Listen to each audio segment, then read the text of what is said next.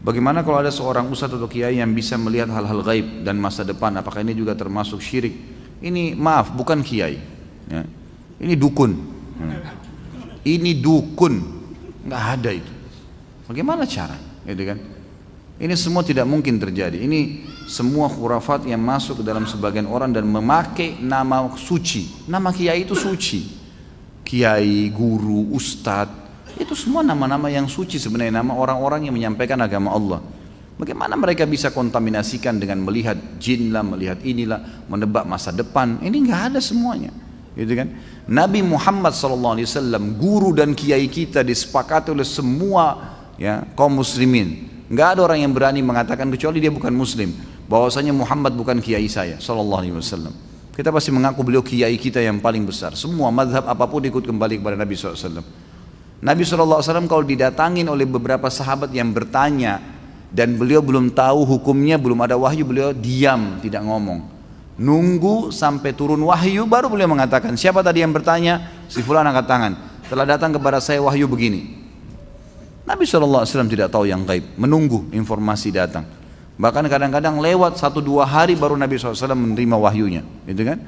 Waktu dituduh Aisyah berzina, nanti akan kita bahas itu dalam dosa besar tentang menuduh orang mukminah berzina, itu sempat wahyu terputus dari Nabi SAW kalau tidak salah sebulan, nggak ada wahyu turun. Nabi SAW tidak tahu benar nggak istrinya berzina nih, sampai beliau bingung sendiri menghadapi Aisyah pada saat itu. Ngumpulin sahabat, nanya, sahabat bertengkar, ribut, ada yang dukung, ada yang enggak.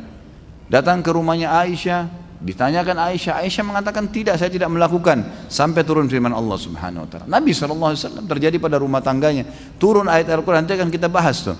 Ayat-ayatnya lengkap semua menceritakan. Beliau tidak tahu yang gaib. Bagaimana ada orang yang mengaku kiai kemudian bisa melihat yang gaib, bisa tahu masa depan? Bagaimana caranya?